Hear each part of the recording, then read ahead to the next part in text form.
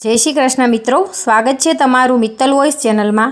આજના વિડીયોમાં આપણે સાંભળીશું જીવંતિકામાં વ્રતની વિધિ અને વ્રતકથા।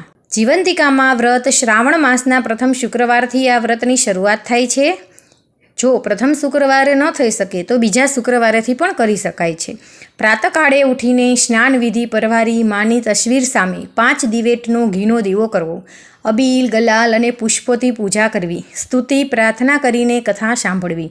આ વ્રત કરનાર સ્ત્રીએ પીળા વસ્ત્ર, પીળા અલંકાર કે પીળા રંગની વસ્તુઓનો ત્યાગ કરવો અને લાલ વસ્ત્ર પહેરવા, પીળા મંડપ નીચે સૂવું નહીં અને ચોખાનું પાણી ઓળંગવું નહીં। કથા પૂરી થયા પછી 5 દિવેટના દીવાથી આરતી ઉતારવી, ખાંડના શીરાનો કે સાકરનો પ્રસાદ વહેંચવો અને પોતાના સંતાનની રક્ષા માટે માતાજીને પ્રાર્થના કરવી। વ્રતના દિવસે એકટાણું કરવું, જૂઠું ન બોલવું, કોઈની નિંદા ન કરવી, આખો દિવસ માના જાપ જપવા। જીવંતિકાનું વ્રત કરનારના સંતાન પર માની અમિત દ્રષ્ટિ રહે છે અને તેઓ દીર્ઘાયુ થાય છે। પ્રાચીન કાળમાં શીલભદ્રા નગરીમાં સુશીલ કુમાર નામે એક રાજા રાજ કરતો હતો। તેની રાણીનું નામ હતું સુલક્ષણા હતું। રાજા રાણી ઘણા દાની અને ધર્મનિષ્ઠ હતા, બધી વાતે સુખી, પણ તેમને એક વાતનું દુઃખ હતું। તેમણે શેરમાટીની ખોટ હતી, એમને એક પણ સંતાન ન હતું। તેથી રાણીબા ચિંતામાં સુકાતા જતા હતા। તેમને મન સંસારના બધા સુખ ઝેર જેવા થઈ ગયા હતા। એક દિવસની વાત છે, રાણી સુલક્ષણા મહેલના ઝરૂખામાં બેઠી બેઠી બહાર ચોગાનમાં રમતા બાળકોને એકી ટસે નિહાળી રહી છે।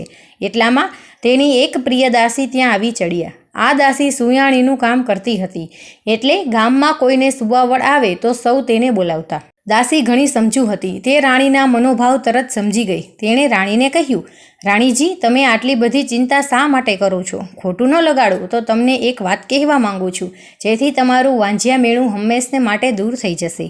જલ્દી બતાવ મને, રાણીએ કહ્યું। દાસીએ ધીમેથી રાણીના કાનમાં કહ્યું, સાંભળો રાણીજી, ગામમાં એક બ્રાહ્મણીને 3જો મહિનો જઈ રહ્યો છે। તમે આજથી જ વાત ફેલાવી દો કે તમે સગર્ભા છો અને માં બનવાના છો, બસ ત્યારબાદનું બધું કામ હું સંભાળી લઈશ। પૂરે દિવસે બ્રાહ્મણી જે બાળકને જન્મ આપશે તે હું તમને લાવીને સોંપી દઈશ। દાસીની વાત સાંભળીને રાણીએ પ્રથમ ખચવાટ અનુભવાયું, પણ દાસીએ તેમને કહ્યું, તમે બીશો નહીં, કોઈને કાંઈ કાનો કાન ખબર નહીં પડે। બાળક મળવાની લાલસાએ રાણી સુલક્ષણા આવું કૃત્ય કરવા તૈયાર થઈ ગઈ અને પોતે ગર્ભવતી છે એ વાત ફેલાવવા માંડી। જોત જોતામાં 6 મહિના વીતી ગયા। એક દિવસ રાત્રે બ્રાહ્મણીને પ્રસૂતિની પીડા ઉપડતા દાસીને બોલાવવામાં આવી। મધરાત બાદ બ્રાહ્મણીએ એક સુંદર અને તેજસ્વી પુત્રને જન્મ આપ્યો। દાસી બધાની રજા લઈને રવાના થઈ ગઈ। થોડી વારમાં તો ઘરના બધા ઘસઘસાટ ઊંઘી ગયા। દાસી ઘરની પાછલી બારીથી ચોર પગલે બ્રાહ્મણીના ઓરડામાં આવી અને બાળકને ઉઠાવીને ઘરની બહાર નીકળી ગઈ। એ સીધી રાણી પાસે પહોંચી અને જઈને બાળક સોંપી દીધું। રાણી તો ખુશ થઈ ગઈ। ત્યારબાદ તરત જ મહેલમાં સમાચાર ફેલાવી દેવામાં આવ્યા કે રાણીએ એક સુંદર પુત્રને જન્મ આપ્યો છે। આખા નગરમાં આનંદ છવાઈ ગયો।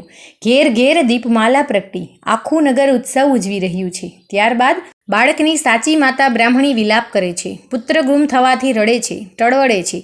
ત્યારબાદ બ્રાહ્મણીએ જીવંતિકાનું વ્રત શરૂ કર્યું। તેથી માં જીવંતિકા બ્રાહ્મણીનો પુત્ર જે મહેલમાં રાજકુમાર થઈ ઉછરી રહ્યો છે તેની રક્ષા કરવા માંડી। રાણીએ તેનું નામ શીલસેન પાડ્યું। શીલસેન મોટો થવા લાગ્યો। એ યુવાન થયો ત્યારે રાજા સુશીલ કુમાર અને પેલી બ્રાહ્મણીનો પતિ મરણ પામ્યો અને શીલસેન રાજગાદીએ બેઠો। તે ઘણો દયાળુ અને ધર્મનિષ્ઠ હતો। પ્રજા તેની કુશળતાથી ઘણી ખુશ થઈ ગઈ હતી। થોડા સમય પછી તે પિતાનું શ્રાદ્ધ કરવા માટે ગયાજી જવા નીકળ્યો। રસ્તામાં તેણે એક વણિકના ઘેર ઉતારો રાખ્યો। આ વાણિયાને 6 બાળકો થયા અને વારાફરતી 6ઠા દિવસે મરણ પામ્યા। આજે વણિકના ઘેર 7મા પુત્રની છઠ્ઠી હતી। ઘરમાં બધા ઊંઘી ગયા હતા ત્યારે માં જીવંતિકા શીલસેનનું રક્ષણ કરતા બારણા પાસે ઊભા હતા। મધરાત થતાં વિધાતા વણિકના પુત્રના લેખ લખવા આવ્યા, એટલે જીવંતિકા માતાએ આડું ત્રિશૂળ ધર્યું અને કહ્યું, દેવી વિધાતા, તમે અહીં કેમ આવ્યા છો? વાણિયાના દીકરાની આજે છઠ્ઠી છે એટલે તેના લેખ લખવા આવી છું। માં જીવંતિકાએ વિધાતાને પૂછ્યું, બહેન, લેખમાં શું લખશો? ત્યારે વિધાતાએ જવાબ આપ્યો કે એના ભાગ્યમાં છે તે લખીશ, આ બાળક કાલે સવારે મરણ પામશે। આ સાંભળીમાં જીવંતિકાએ કહ્યું, ના વિધાત્રી, એવું તમારાથી ન લખાય। જ્યાં મારા પગલાં પડે ત્યાં તમે આવું અમંગળ કદાપી ન લખી શકો, માટે આ બાળકનું આયુષ્ય 100 વર્ષનું લખજો। છેવટે વિધાતાએ માં જીવંતિકાની આજ્ઞા માથે ચડાવી દીર્ઘાયુષ્ય લખીને ચાલતા થયા. બીજા દિવસે વાણિયાએ પોતાના બાળકને જીવતો જોયું. તે ગદગદ થઈ ગયો. તેને ખાતરી થઈ ગઈ કે આ બધું મુસાફરના મંગલ પગલાના પ્રતાપે જ થયું છે. શીલસેન બીજા દિવસે જવા તૈયાર થયો ત્યારે વાણિયાએ ખૂબ જ આગ્રહ કરીને ફરીવાર આવવા કહ્યું. શીલસેને હા પાડી. ત્યારથી તે ઘણા દિવસે ગયાજી પહોંચ્યો. પોતાના પિતાની શ્રાદ્ધ ક્રિયા પૂરી કરી. જ્યાં એ પિંડદાન કરવા જતો હતો ત્યારે નદીમાંથી 2 હાથ બહાર આવ્યા. આ જોઈ શીલસેનના અચરજનો પાર ન રહ્યો. તેણે પંડિતોને આનું કારણ પૂછ્યું, પણ પંડિતો તેનો કોઈ જવાબ આપી શક્યા નહીં. આમાં બીજો હાથ કોઈ દેવીના હાથ જેવો લાગતો હતો. એણે પિંડ એક હાથમાં મૂકી દીધું. આમ શ્રાદ્ધ ક્રિયા પતાવી શીલસેન પોતાના ગામ આવવા ચાલી નીકળ્યો. ફરતો ફરતો શીલસેન બરાબર 1 વર્ષ પહેલાં વાણિયાને ઘેર આવ્યો અને રાતવાસો રહ્યો. એ દિવસે વાણિયાને ત્યાં ફરી બાળકનો જન્મ થયે 6 દિવસ થયા હતા. રાત પડતાં જ વિધાતા છઠ્ઠીના લેખ લખવા આવ્યા તો માં જીવંતિકાએ તેમને રોકીને 100 વર્ષનું આયુષ્ય લખવા કહ્યું. વિધાતાએ આજ્ઞા માન્ય રાખી. લેખ લખીને પાછા ફરતી વખતે જીવંતિકામાને પૂછ્યું, માં, તમે આ રાજકુમારનું રક્ષણ શા માટે કરો છો? આ ક્ષણે જ શીલસેનની આંખ ખુલી ગઈ. તેને કોઈક વાતો કરી રહ્યું હોય તેવું લાગ્યું. તે ચૂપચાપ પથારીમાં પડ્યો સંવાદ સાંભળવા લાગ્યો. માં જીવંતિકાએ કહ્યું, દેવી વિધાતા, આ રાજકુમારની માતા વર્ષોથી શુક્રવારે મારું વ્રત કરે છે. તે દિવસે પીળા વસ્ત્રો પહેરતી નથી, પીળા અલંકારો પણ ધારણ કરતી નથી, ચોખાના પાણીને ઓળંગતી નથી અને પીળા માંડવા નીચે જતી નથી. આથી મારે આ રાજકુમારની રક્ષા કરવી પડે છે. એ જ્યાં જાય ત્યાં મારે જવું પડે છે. તેના લીધે હું આજે વાણિયાને ઘેર છું. જ્યાં સુધી વાણિયાને ઘેર મારો વાસ હોય ત્યાં સુધી હું તેના બાળકનું અહિત સી રીતે થવા દઉં? ભલે કહી વિધાતા જતા રહ્યા. આ સાંભળી શીલસેન વિચારમાં પડી ગયો. તેની માતા કોઈ વ્રત કરતી હોય તેને તેવું યાદ ન હતું. છતાં તેણે માતાને પૂછી ખાતરી કરવા નક્કી કર્યું. સવાર થતાં વાણિયાએ જોયું તો તેનો બીજો દીકરો પણ જીવતો જણાયો. તેને લાગ્યું કે નક્કી આ શીલસેન કોઈ મહાન માણસ છે. બીજા દિવસે શીલસેને રજા માંગી ત્યારે વાણિયાએ તેમને આનંદથી રજા આપી. ઘણા જ દિવસે શીલસેન પોતાના રાજ્યમાં પહોંચ્યું. મહેલે જઈને માને પૂછ્યું, માં, તમે કયું વ્રત કરો છો? બેટા, હું કોઈ વ્રત કરતી નથી, રાણી સુલક્ષણા બોલી. આથી શીલસેનને શંકા પડી કે આ મારી સગીમાં નથી. પોતાની માને શોધવા માટે તેણે શ્રાવણ માસના પ્રથમ શુક્રવારે આખી નગરીને જમાડવાનું આમંત્રણ આપ્યું. સાથે સખ્ત સૂચના આપી કે દરેકે પીળા વસ્ત્ર પહેરવા. બધા જમવા આવ્યા ત્યારે શીલસેને આજ્ઞા કરી કે નગરમાં તપાસ કરો કે કોઈ રહી ગયું છે. થોડી વારે અનુચરો આવીને કહ્યું કે એક બ્રાહ્મણી પીળા વસ્ત્ર પહેરીને આવવાની ના પાડે છે. આજે એને પીળા વસ્ત્ર નહીં પહેરવાનું વ્રત છે. આ સાંભળી રાજકુમાર ગદગદ થઈ ગયો.